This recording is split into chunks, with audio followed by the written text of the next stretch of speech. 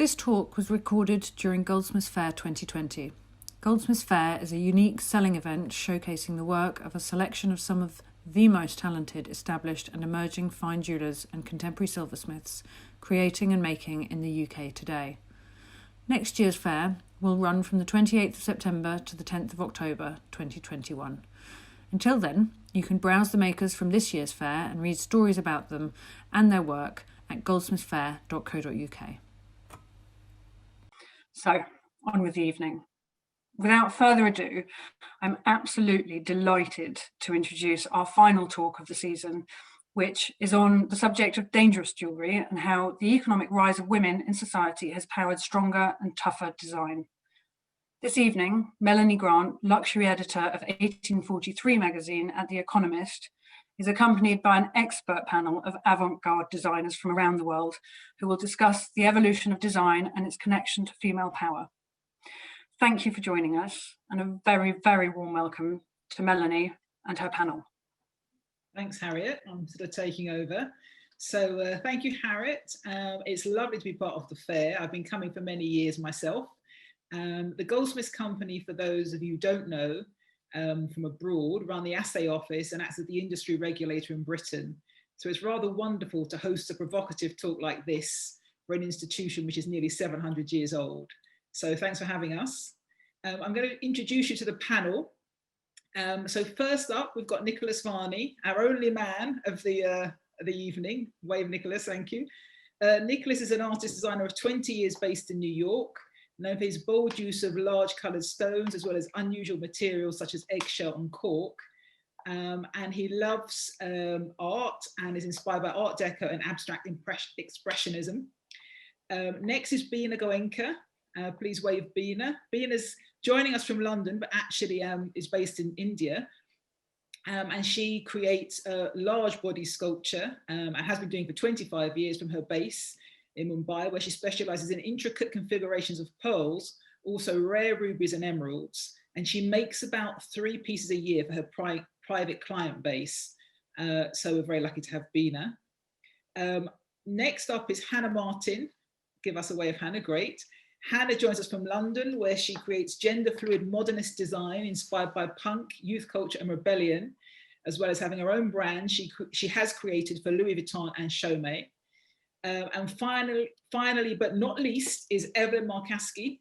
Goes away from Evelyn, who is a Greek-American designer from Santa Cruz, California, who makes her own torch-fired jewels incorporating vitreous enamel, glass, steel, melted down credit cards, flyers, and even dirt in her work, which is often inspired by her obsession with photo booth images and old family photos.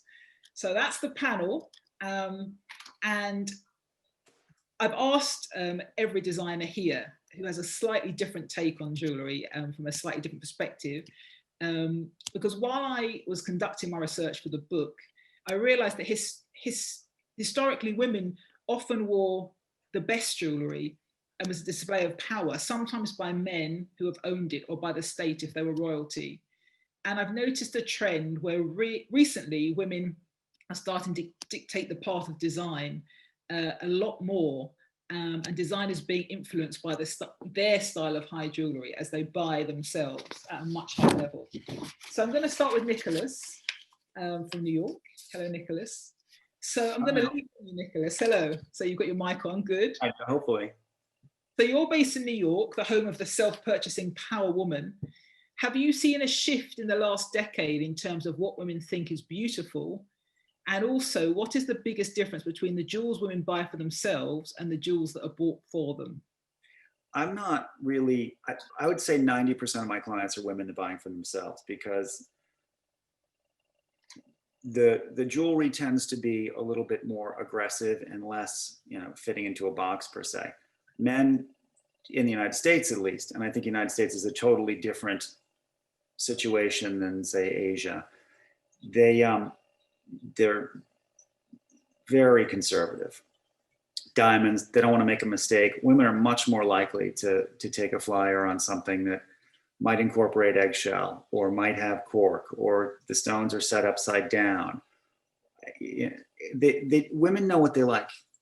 Men are guessing what women like. So when you are aggressive in terms of design, I certainly have a better chance communicating with women buying for themselves. And that's sort of how it's played out over time. Thank you. And in post-war America, we saw a rise in consumerism that produced jewellery in greater numbers, but not necessarily better jewellery from the 1950s onwards. Do you think it was inevitable that women would demand a higher level of artistry within design? Is that challenging from a design perspective? Well, I mean, American jewelry is generally bad, like over the years.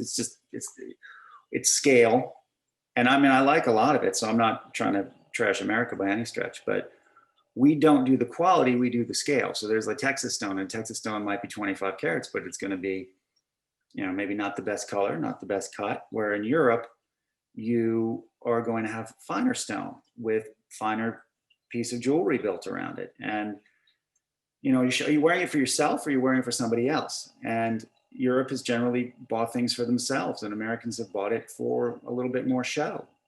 And that's changing now a lot because, wealthy Americans travel quite a bit, and it's a worldwide market. So you don't want to show up with, a junky skating rink in London, for instance. That jumps out just as much as the good one. So yes, I think ultimately America was going to get forced to come into the 21st century and find jewelry that combined both the quality and the scale to some extent. I mean, Asia's blowing up with scale. Like Wallace does all those gigantic pieces. And they're wonderful and they're beautifully made. So, we have to follow suit if we're going to at least be engaged in the conversation. And ultimately the conversation is what I think everybody's interested in. Talking to other jewelers. It's like the painting world has always had a very open dialogue, sharing ideas. Jewelry hasn't necessarily had that. So now I think, at least from my perspective, my goal isn't to make a nice piece of jewelry and sell it. It's not. I want to be involved in a conversation with like-minded people and, throw out my vibe on something, take another vibe from it. It's growing, changing your own lens. So I don't know if I've done a good job in answering the question, but yeah, that's great. America's, I think, changing. I hope it's changing, because making 1,000 of the same piece and selling it to people all across the United States is not that interesting. And so we're looking at your design here on the screen as we go, and it combines a contrasting sort of textures and clashing colors to add a bit of drama. Do you think men understand the scale and boldness of your design, or is your visual language aimed for the most part at women who are already sophisticated collectors? So would you say that women at a certain level sort of gravitate towards you, who already understand what you do, or does they come wanting one thing and leave with something else? I terrify men, immediately. Dude walks in and looks at things, lost. You can see it's a deer in headlights already. Does she want an upside down stone? Does she want eggshell? So they have to be trained properly. And I think, if a woman wants their husband, their boyfriend, or whatever, to buy them jewelry, you have to take a little bit of time and train them so that they don't go off and blow it, So generally the men that buy from me have been trained perfectly by their wives, who come in and say, I like this, I like that, or they'll shop together. And that's the most fun, because when you can see that dialogue, and you're so lucky to sit with some couples and see that complicity, to see the two people work through what is a sensuality issue with one another. I think it's beautiful to watch. I love that stuff every time. But a dude coming in and wanting something that costs a bunch of money, boring. Thank you, Nicholas. I'm going to move on to Beena, if we can have Beena. Lovely, here she is. So Beena, in India, high jewelry is both art, currency, and adornment. How are modern women shifting design, would you say? Is your jewelry part of a modern day armor? So in India, high jewelry is both art, currency, and adornment. How are modern women shifting design, would you say? And is your jewelry part of a modern day armor? What I wanted to say is that adornment has been a part of India's culture always. Women have always adorned, it's from the historical ages. They've always adorned themselves in big, big pieces of jewelry. Now, at some point, there is a gemstone which is big, and that's the currency. So you have currency and this. What happens is that somebody wears one stone, another wears another bigger stone. So that's where there are a mass of rich people who all indulge in jewelry in India. I'm talking about only the high value, the absolutely high net worth buyers. What is it that they buy? So why is it that they look out for something completely different? Because they want jewelry to have art. It has to be something that has to be talked about. It has to be table conversation by people. It has to have the glamour. It has to go with the times of today. And it has to be something that the person who's a pioneer at collecting this kind of work in her generation is able to leave behind as a legacy for the future generations. As you are aware, Melanie, that in India, everybody passes on jewelry. So your great grandmother will have passed on something, and then it has come down to your mother who has passed it on to you. So why would a woman want to give her daughter or want some more of the same pieces? What's the interest? Because those are not the pieces she's able to wear today. They're mostly in her safe, and they're not giving her much of pleasure. Whereas when she dresses up, she's a modern woman. She's very articulate, strong, and wants to make a statement. And this is exactly the reason why, I make jewelry for these kind of women. Would you say, are you seeing a shift in what those kinds of women actually ask for? So yes, so the women that I've dealt with have come to me with a very, very clear motivation of getting something that I create. So they'll just tell me, maybe I'd like something in red, and that's the exact question that they'll give me, that what can you make for me for this occasion or that occasion or something. And then from there on, we create the conversation whereby I decide on the material, etc., etc. And I realize that they want dimensional jewelry. They're not prepared to wear anything simple or classic, and they're not looking for anything which is in their safe, which has already been done. There are so many jewelers in India who are making jewelry all the time. What is it that sets me apart from everybody? So it's the kind of time that we spend collecting the material, the kind of time that we give craftsmen to work on those pieces, because it's so much of intricate work and so tedious.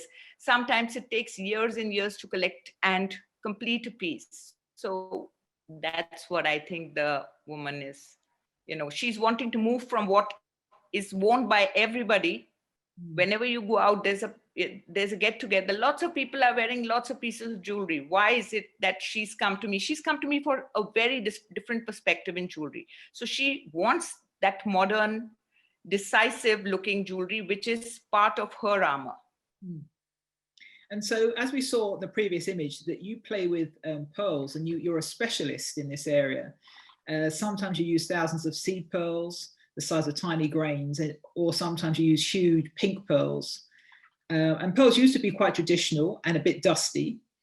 Would you say that the demand for modern pearl jewelry came from women trying to break free from this idea of the respectable woman?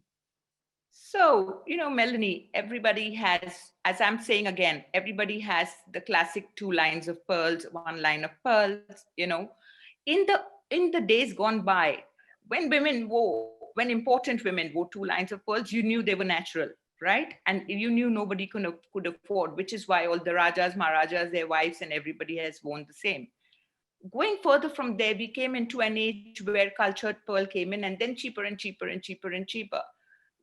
Now we are at that age when, of course, the classic 2 lines do hold importance because they are so rare and difficult to find. But then again, that there are so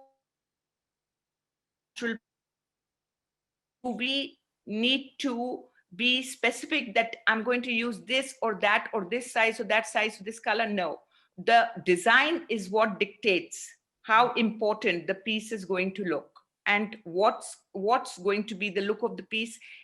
It's if it's got pearls. So I try and do my level best to create what is difficult in this generation, because craftsmanship is like very difficult. And, hours and hours of work, years in.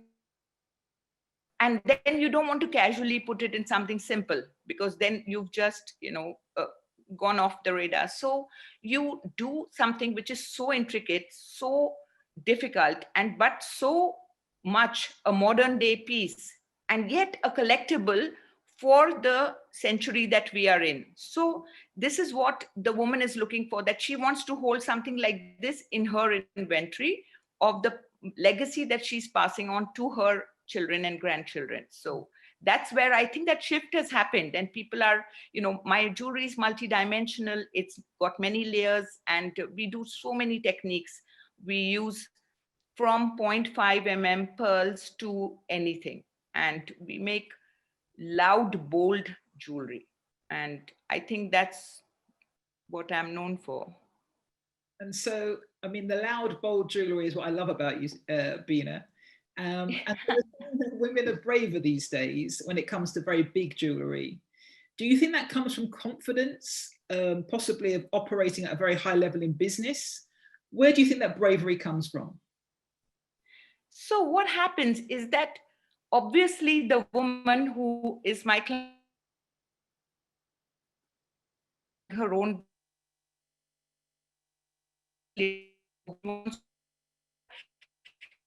she's a very important game changer, because her husband is a game changer in that world of business. She has to be a trendsetter. She has to be a pioneer in that field, so that she's not looking like everyone else. She's looking completely different. People are talking about her jewelry. People are looking at her. People are walking up to her and picking up her piece, looking at the intricacy, trying to take a picture with her. That's what I think is, she's so confident about herself and about the way she's presenting herself, that's one of the major reasons why she looks out for pieces like this. Thank you, Bina. Thank you. I'm going to move on to Hannah, where we're going to a slightly different take, and we're going to talk about youth culture, which is a slightly different area. So Hannah, youth culture and punk are a world away from Indian high society, which is what we've just been talking. You could say. And the ladies who lunch in New York, yet the taste for bigger, bolder pieces is also being felt by you. Would you say your genderless jewellery liberates women from social norms? I really hope so. That's the plan.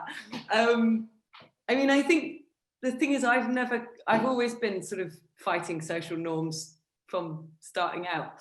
So I think I kind of attract people that already want to do that a little bit.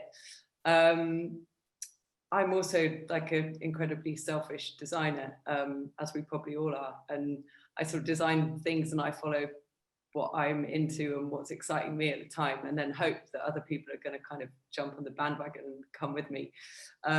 So it's kind of a hard question to answer, because I do think yes, and I do think I've seen people being braver, women being braver. I make jewelry, as you know, that's sort of for men and for women. So I've actually seen braveness on both sides of the gender scale and everything in between. But yeah, I think things are changing, I hope. And I do think my clients kind of already have got at least a toe dipped into that sort of fighting social norms pond, and maybe want to explore a bit further once they found me.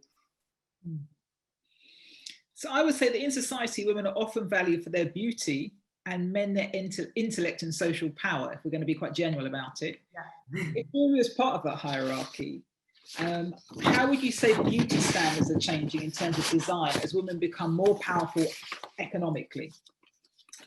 It's interesting, because I totally sort of resonated with what Nicholas was saying, of it's a very, very, very different, always has been for as long as I've been working in jewelry. It's like a different conversation when a man is coming in to buy a piece for a woman, or a woman's coming in to buy a piece for herself. And similar to Nicholas, like most of the women that buy my jewelry are buying it for themselves. And I do think those women are driving you know, they're driving or allowing us as designers to be more bold, or, you know, kind of follow our hearts maybe a bit more. I mean, I was thinking about it, this question beforehand, and I was thinking, actually, I think the real change for me anyway is in the kind of more high ticket prices. Like, I sort of have a range of prices from like a few £1,000s, which is kind of an easier decision to make, up to like the tens and tens of thousands of pounds. And I think it's in that area where I'm maybe seeing change more, and I'm feeling braver in myself that I can put forward something, you know, with a high ticket value on it, that I'll know that I'll find a client for, because she's going to buy it for herself and she's going to pick it up and she'll feel amazing in it and be like, yeah, I can take on the world in this. And you know, I think that's, I mean, maybe that's just me growing up, but I think it's also kind of people, all of us growing up together kind of thing. Great. So your new collection, An Act of Rebellion, plays with motifs like the safety pin, solid gold bolts, and previous collections have featured the idea of freedom, restraint, and restraint with shackles. This is this is a bolt bracelet. Yes. Do you think women are freer now to be themselves? It sounds like you do, but is there an aspect of your design that feeds into that?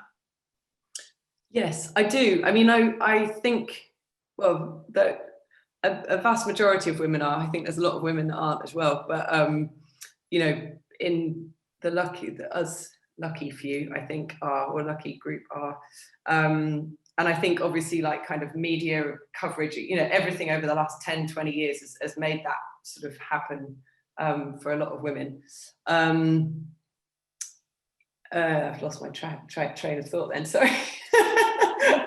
I do think beauty standards are changing, and actually I think there's less judgment maybe on what is classically beautiful. Like I do a lot of bespoke work, and that tends to be kind of engagement rings 80-90% of the time, for like male female, female female, male male, and you know, it's a whole big mix of things. You know, and even that I've seen a change in 10 years of people are kind of coming and wanting something that's completely off the beaten track for an engagement ring, which makes me feel so happy. You know, I do my good few sort of diamond engagement rings, again, hopefully with a bit of a twist, but people are going for like really sculptural, like that ring that was the first picture on here, which was called the Ring of Fire. Like someone's commissioned that as an engagement ring. Yeah, that's the one. Well done, good tech. You know, so that's really exciting for me. So I think there's this kind of like presumed sort of beauty standard in jewelry itself, which, I mean, jewelry's been a very traditional, you know, it still is in lots of ways a very traditional industry, and you know, we're all kind of fighting to get out of that in our own ways. But I do think it's changing more across the board. Thanks, Hannah. So moving on to Evelyn. So Evelyn, one of my favorite pieces of yours is called The Dangerous Vagina. And you told me when we spoke about it for the book that you first made it as a reaction to our inability to say the word vagina, which really made me think. What kind of reaction have you had to this piece? Okay, well, part of the danger of it is that of being politically incorrect and pushing boundaries and possibly offending people. But really, the reactions I've got, and I don't know, maybe it's a company I keep, but I've only had positive reactions to it. And I think that's because, I mean, first of all, it's a very honest piece. I mean, my selling point is it's designed to be slightly uncomfortable. So, and it's physically uncomfortable, and it's, you know, figuratively uncomfortable as well. But it's not a literal vagina. I mean, you know, you probably wouldn't even know that just to look at it right off, but it is called a vagina. And I think that if somebody, based on the reaction that I get, if somebody is going to respond to it, it's usually somebody who's comfortable with talking about body parts, comfortable with their body, their own body, comfortable with themselves, and can also understand the translation of this into a piece of art. And it seems like people who aren't that comfortable don't respond. At least it's been my experience with it. I think when you're uncomfortable too, it's what happens is it pushes you to think a little bit outside your box, you know, what you think is normal and acceptable. And when we can look past that, I think it helps us become more tolerant and more accepting of things that are different, and not to just make that initial judgment of what we think it is. And I think, you know, I definitely think that's a good thing. Mm. Also, fashion, I think for women has always, I don't know, I think it's kind of a traditional thing that it's been uncomfortable. I mean, when I think back, I mean, pointy toe shoes, high heels, spike heels, clothing that's not warm enough. You know, it's been uncomfortable for a long time. When I go out, you know, I want to look good if I'm going to go out, which I haven't done in a really long time, gone out anyway. But I'm definitely going to choose clothes and jewelry that's going to make a statement. I want it to define who I am, and I want people to be able to just look at me and know something about me. I mean, not to judge me in a way, but just to get an idea of where I'm coming from. And I think that actually stepping across this comfort line and making a series of jewelry that's called a dangerous vagina has actually made my work more visible. It happens, like when you take a risk with something like that, people, they get confused. They don't know what to think. It's like, well, is this art? Yeah, oh, it must be art. It must be art. Well, maybe, at least I think maybe it might be art. So I think it gets talked about more. Great. And so do you think the idea of what precious is has become wider now that women are buying for themselves? Interestingly, when I've interviewed a lot of men for jewellery pieces I write, they often mention investment as a sort of a central sort of element of high jewellery, but women a lot less. And I wonder why that is. You know, is it caught up with materials? I mean, we're looking at something here that you've made, which has got from a credit card. So Credit card melt. yes. Would you say that for you, the idea of preciousness is changing? Oh, absolutely. Definitely for me. I mean, first of all, precious is relative. It's personal. You know, diamonds they're rocks basically, but humans have said that they're precious. That has given them value. And I think we can do that with anything. You know, I mean, if you can do it with a rock, why can't you do it with a melted credit card? I think it's starting to be more accepted now that, you know, you can do something more unusual. Why I think women and men think differently about it, I think it comes from being hardwired. Originally, hunter-gatherer type things. Women were the nurturers. They took care of the children. They're more wired to have a wider range of what's precious. And I think for a man, they're more wired to take care of their family. And traditionally, in, you know, the last several generations, takes a monetary value. So I think for a man, you know, it can have that meaning as well, but it also has that secondary thing of, will it make me some money? Will it be monetary? Is it an investment? Because I have to take care of people. And I think that's just hardwired, whether it's realistic now or not, because women are more, you know, women are working, taking care of money and things like that. But I think it's stuff that's just hardwired into us, and we don't get rid of those thoughts that easily. You know, I think we're thinking more out of the box, stretching what we see as being valuable. I've used river rocks, I've used duct tape, bird seed, things like that in jewelry. Yeah, this is melted duct tape. I like to melt things a lot too. You know, I've made things out of food. I made an earring out of pomegranates. This is dried celery. Yeah. Yeah. Yeah, and that's nothing except I cut the holes in it. The color is natural. It's just how it looks when it dries. I mean, I think it's beautiful. I think looking around my house, fortunately, you can only see a small corner of it, but I find beauty and preciousness in so many things. I'll pick what are those, calla lilies, and you know, they're good for a while, and then they all dry up and die. And I have vases filled with the dried calla lilies. I think they're beautiful. So, you know, it's personal. And I think it is getting to be better. And I think women are getting tired of people telling us what's valuable, that this is, this is what has meaning for you. I like things that are rough. I like things that are unfinished. I think when things are unfinished, they invite the viewer, the customer, whatever, in to share their story too. I'm not just telling them what to think. I'm inviting them in to let this be part of their experience. I know women like pretty sparkly things, and don't get me wrong, I like sparkly things too. But I'm going to want something that has meaning. I mean, not that sparkle can definitely have meaning. And I just feel for women more so, meaning supersedes investment. That's a good point. And so would you say that the concept of femininity, especially as expressed through jewellery, is changing? Or would you say that we're just on a very long sort of evolution and we're just part of the same journey? I mean, have you noticed a shift in particular? I definitely think it's changing. I've thought about this question for a long time about what is femininity. And first of all, I think it's definitely a social construct.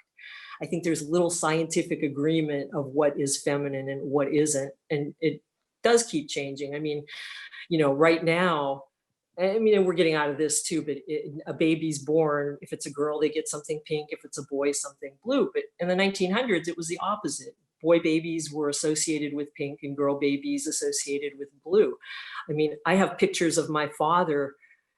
He was born, I think, 1915. And I have pictures of him. They would dress him in dresses, as babies. So I definitely think it's changing.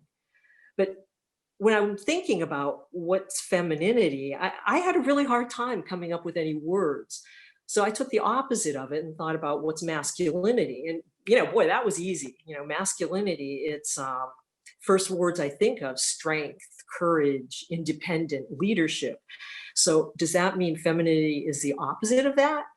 And I think it's interesting to see how femininity is, it's a hard word to say, frequently, how it becomes childlike in a lot of ways. The things that women have to do to be feminine, shaving body hair. I mean, children don't have body hair. That's being childlike, dressing in ways that are maybe uncomfortable.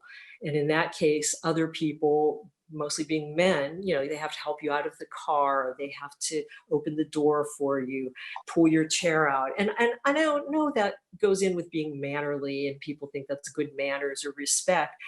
But it also, what happens is when you take away somebody being able to do something for themselves, I think they become powerless and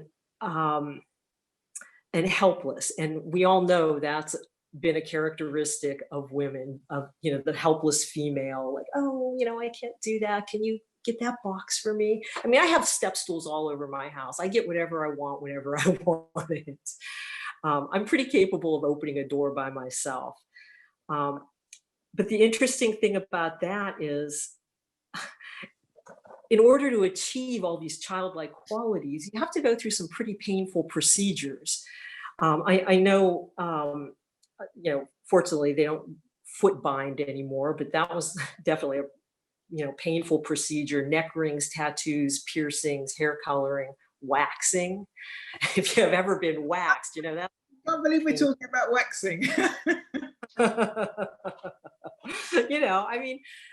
So these are the things we want to make us look feminine, quote, feminine or childlike. But they're pretty painful procedures to have to go through. And I think we're in the middle ground, where femininity doesn't have to just apply to females. I mean, to me, feminine is organic and earthy, like a lot of the vagina jewelry that I make. I like the primitive type of symbols, the spiral. I use that a lot in my jewelry. I think as a woman, whatever I want to call feminine is feminine, because I'm a woman, so I get to define that. I mean, I don't know, if I'm home alone wearing sweatpants, does what I wear define me as being feminine? And, you know, now in this pandemic type thing, I'm home alone wearing sweatpants every day and no one sees me. Am I less feminine if no one sees me? You know, than I am if I'm out in the world wearing a flowy dress with high heels. It's that old, you know, if a tree falls in the forest kind of thing. So I don't know. I definitely think it's changing. I think that's great. Thank you, Evelyn. I think that's an interesting point. So we're going to sort of just have a few questions now for the panel at large. Does anyone else have anything to say about femininity? Or I'm going to go into some other questions. I mean, oh, go on, Bina. Go on, Put Bina. your hand on, Bina. That the most strong, you know, strong is associated with masculine, but nowadays women are so strong in their statement that, you know, it's a complete shift from what the feminine woman would be. And Hannah, you were going to say something. No, I was just going to say about this sort of, my belief has always been this kind of scale, sliding scale of like masculine one end, feminine at the other, and then pretty much every human being is like moves themselves along that scale, like day by day, hour by hour, and some, you know, sit in different places, which is, you know, how it should be. But I thought it was really funny, Evelyn, when you were saying, you know, you listed out the qualities that you immediately, you know, that one immediately sees as masculine, and actually that's the way that I describe like every female client of mine, and probably yours, and probably everything. So it's such a, I mean, we could talk about this topic for like hours and hours, right? But yeah, and it's sort of, I think it's good that the wider conversation about this gender and masculine and feminine is becoming something that we can all talk about really easily. And I think that's maybe what's changing about where you can sit feminine versus masculine, and yeah. And so, Nicholas, do you have anything to add to that before I move into the general questions? I've always associated with femininity with strength far more than masculinity with strength. My mother, I mean, I didn't mess with my mother. She brought a hammer to the conversation. and the women in New York, I mean, they've been fighting. They're battle hardened for years now. So talk about strength, I think women first. So I don't know what that means other than I come from a very admirational standpoint for strength of women and their ability to ask for what they want or take what they want, however they choose to do it. Great. So I'm going to ask the general question, see if anyone wants to answer this. Are we saying, can women wear a lot of jewellery and still be taken seriously in, say, the boardroom or quite a serious high-level business environment? Are we moving away from an austere vision of what authority looks like? I hope so. That was my answer to your question. I want to say yes. I don't know. I mean, I feel we are. What do you guys all think? Like, I feel like there's less judgment about, maybe, is there less judgment? And actually you could maybe use jewelry, a lot of jewelry, as a statement of power, like Bina was sort of talking about. We do, I have to say, the fact that we're talking about this, and one thing that I have really noticed when thinking about your questions, Mel, is like, the one thing that definitely still stays the same is that we comment on what women are wearing in any kind of scenario far more than we comment on what men are wearing. So I think there's still quite a long way to go that we even need to have this chat, but hopefully it's changed a bit. I think that's a great point. And is that because, I know when I interviewed Grayson Perry for the book, he said, you know, that men dress to be invisible a lot of the time, and that women dress to be seen, and that's jewellery is part of that. And yeah, you know, I think that could be an element in that as well. Yeah, I think also it's the way women have just, you know, it's kind of a historical thing of, you know, woman as decoration and man as doer.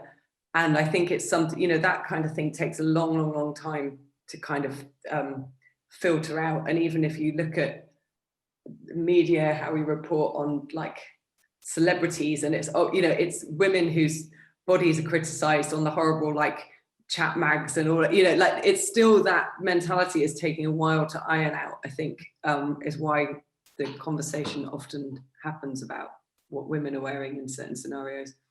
So who else wants to comment on that? Let's go for Bina, then Nicholas, then Evelyn.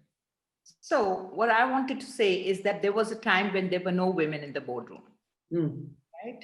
Now we are at a time when there are women in the boardroom, and there are women who are taking very important decisions for countries, for people, for companies.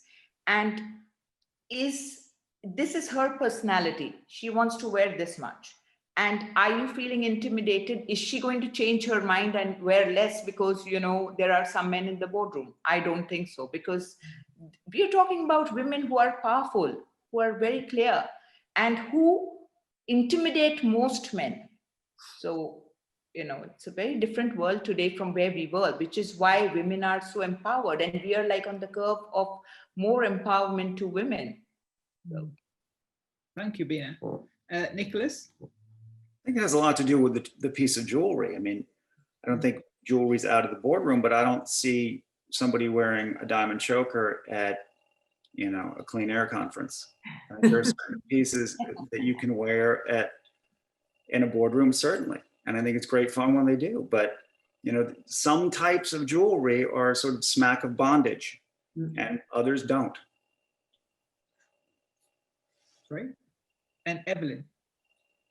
Well, I think, and from what I've heard from people that I know, TV shows, it's like women tend to be invisible anyway, whether, no matter how strong and powerful they are. I mean, I think they have to be really out there to be, you know, that are strong and powerful.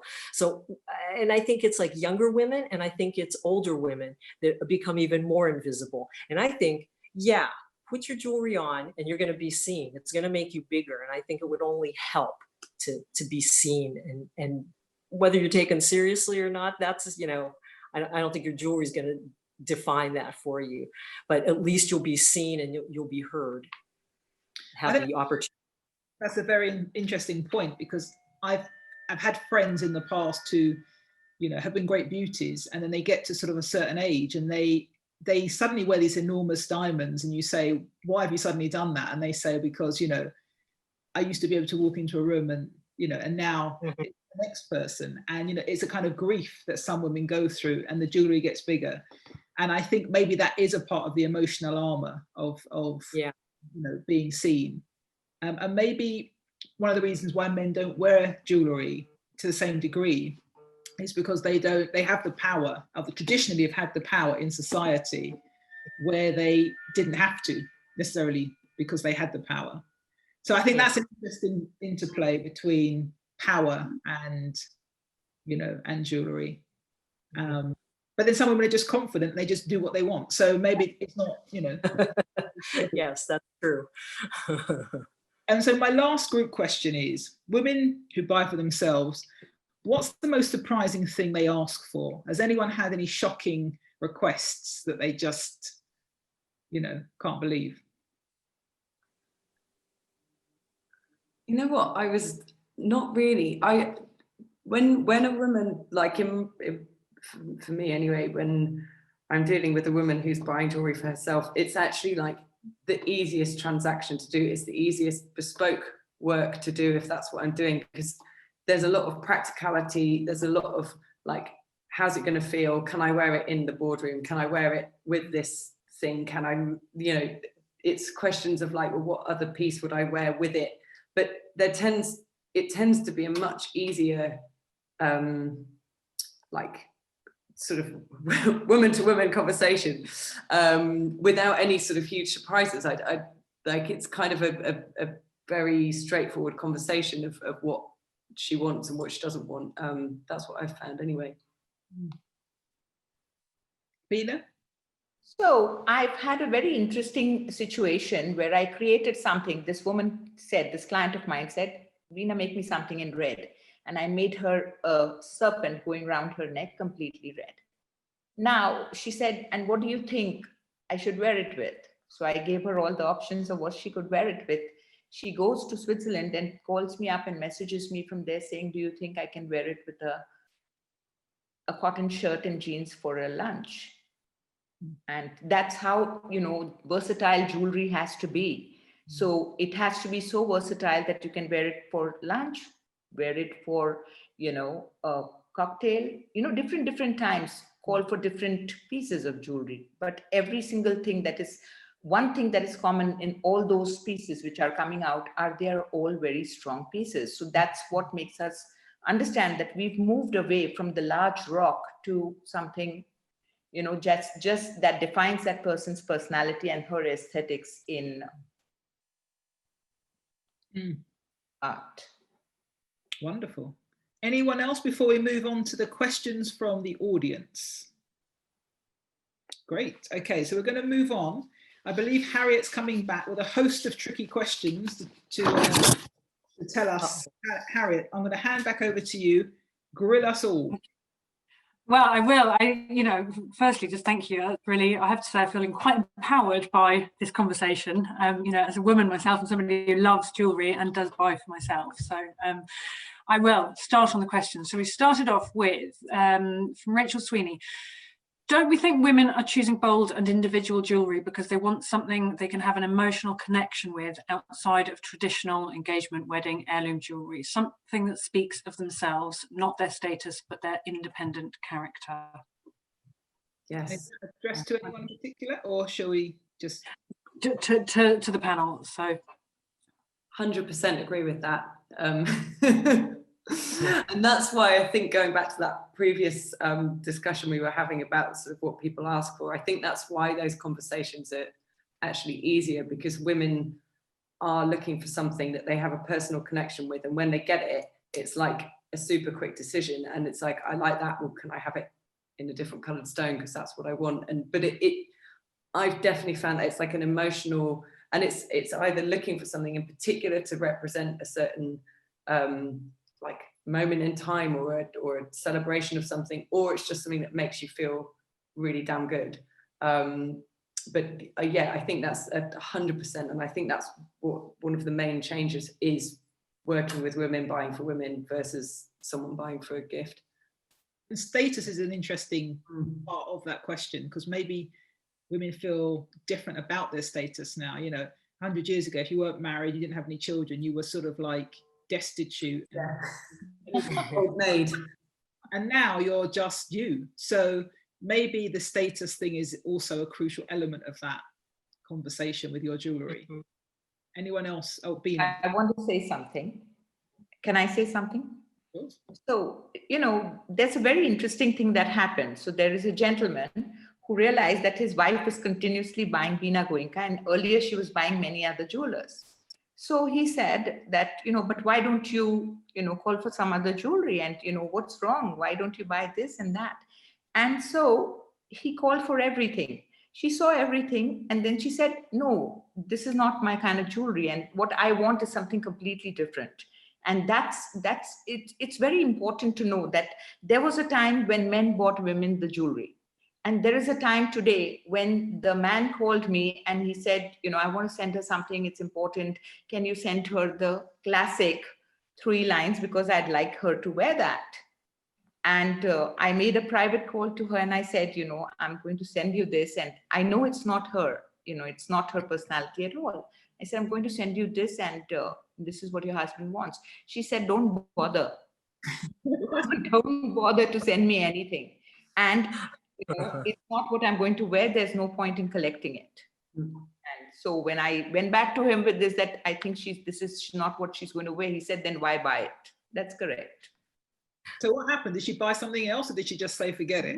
Yeah, there is a list of things that she says, okay, Bina, please offer this, I don't need it. So it's very interesting, how people are when they're purchasing for themselves. And women are looking out for things which, they've come to the store, they've seen certain things. Now there's no occasion, so they're not buying anything. But when the occasion arises, they know exactly what they want to get. So. Anyone else? Oh, was there another question? Not another question. I was just going to sort of interject. We had another talk the other day, and we were talking about how men have also changed how they're buying for their partners. You know, and they're very, you know, fewer seem to be going in and just guessing. They are actually asking for their opinion and sort of or waiting to be told, because it's just they will consistently get it wrong. And also, you know, in partnerships, I think men and women, or, you know, whatever gender we are, they're you know, men are appreciating that women have an opinion now, and so they will ask, you know, what would you like, what do you want to wear, away from the trophy on a trophy phenomena, which, you know, God. and it's at a certain time. I mean, it still happens, obviously, but it's a bit less now, I think. thankfully. So, it's sort of in the same vein, but do the panel think this trend towards more bolder jewellery is about society becoming more non-conformist? I feel that we should let Nicholas say something, as we possibly have overspoken. No, I think sort of referencing the last question too. What's the point? Nobody needs jewelry. If it's not an emotional attachment, why bother? It's so much crap anyway. So if it hits you, go for it. And if it doesn't hit you, and there's another reason, it's really like, I don't even have that conversation. Yeah. If it doesn't hit the heart, forget it. Completely. Evelyn, have you got I kind of have an amusing story about it. I had a man that contacted me to buy a piece of jewelry for his wife, who was he wanted me to make a dangerous vagina ring for his wife, who was graduating as a sex therapist in Germany. And I don't know, this might be a little. He was, and I'm probably pronouncing it wrong, but he was in Wiener in Germany. I'm sure it's not pronounced like that, but it makes my story funnier. So I actually sent I have a vagina in Wiener now, which, you know, it's usually the other way around, but I don't know. I thought he had very good taste in picking for his wife. So. On the last question, Harriet? That's thrown me. Yes. So we did have one question. The dangerous vagina, what ring, could you tell us what it's made of? I'm not sure that you right. Yeah, I make them either out of copper. The one that was on the screen, the giant one, was out of copper with a pearl strategically placed inside. And I've made them out of silver and copper, and I enamel them. Usually, not always, but I do torch fired or kiln fired enameling for the color, or patina. And was there a pearl in that one as well? There was the one that was on the screen, a strategically placed pearl. Yeah. Thank you. Just had another, do you think women like being surprised with jewelry, or does it take away from their pleasure of selecting the piece they love the most? Good question. And being as racing to answer that. So I have to say this: women do not like surprises. These kind of women definitely do not. They're very, very specific. And my clients tell me, if my husband is going to surprise me with something, this is my list, choose from here. So they give me a list. I like this, I like this, I like this, I like this. So what do I have to do? I have to pick out one of the things, and there I like it, and WhatsApp it to him so he's happy, and she doesn't know that she's getting it. So that's a surprise, and it works for both. It's a controlled surprise. It's a sort of surprise within a small group of things. Excellent.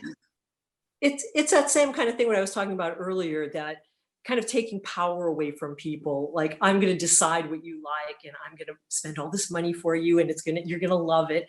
And I personally don't like surprises. I would, something that you're going to spend that much money on, I want to be part of the decision making. I want part of that power. I do like surprises, but not anything that involves something that I'm going to wear. Any other kind of surprise is great, but like, I'd really like to choose what my style is. Before you go, I think Nicholas is trying to get in there. Go on, Nicholas. Slip in. Not entirely. I mean, I completely agree with Bina. They love a surprise as long as it's not that big a one. Yeah. I have to say something. So women like surprises. It's not that they don't like surprises, but they don't like to be badly surprised. Yeah. And another question that's just come in is quite good. Do you think that women also care about who is making their jewellery, not just designing it? I know I care about it. That's come from jewellery. I think so. I think there's a key element to the meaning of a jewel. You know, who you desire is part of the jewel, isn't it? I mean, it's part of the whole pleasure, I would say, as a collector. Absolutely. I think probably across the board, men and women as well, you know, care who and how the pieces are made if they're buying from any of us guys anyway. Like, otherwise you'd kind of go down a high street and buy something, whether you're male or female. So I think already it's like a conscious decision to buy into something that somebody's doing and understand the process and the creative process and all of that. I think it helps, build the emotion, build the stories that are kind of then ongoing in the piece. Because we're buying a piece, like all of these designers here, we're buying a piece of them. You know, if I go to Nicholas, I want a piece of him. If I go to Hannah, I want to wear Hannah. You know, it's so much of a part of it. Nicholas, I think, is trying to say something. I mean, ultimately, and what I think we're all trying to do is have our own voice. It's not make a piece of jewelry, it's create a voice. Yeah. And the voices can be very different. And some people can think they're a bad voice, and sometimes they can think they're a good voice.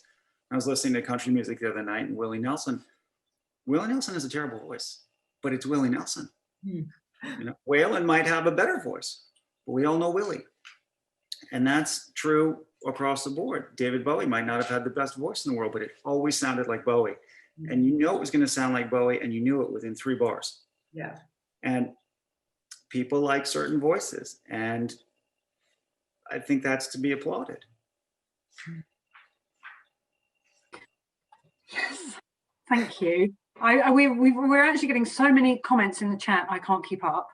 But what I'll do is I'm going to sort of copy them off so that you guys can all see them anyway. And there are a few more questions coming in, but I am going to draw it to a close just looking at the time. But we can perhaps answer people later at a later date. I think this has been wonderful. It's been an absolute perfect talk to finish on. I think, you know, the empowerment of women buying jewellery for themselves and, you know, or directing other people to buy it for them is absolutely perfect for Goldsmiths Fair. And also, you know, as Nicholas was just saying, it's about, you know, loving certain people and enjoying, it's just knowing what you enjoy, isn't it? And I think, you know, with our fair makers, that's particularly important. Everybody has their own style, and it's about that relationship you have with the makers that you can meet, you know, much like meeting you guys as well.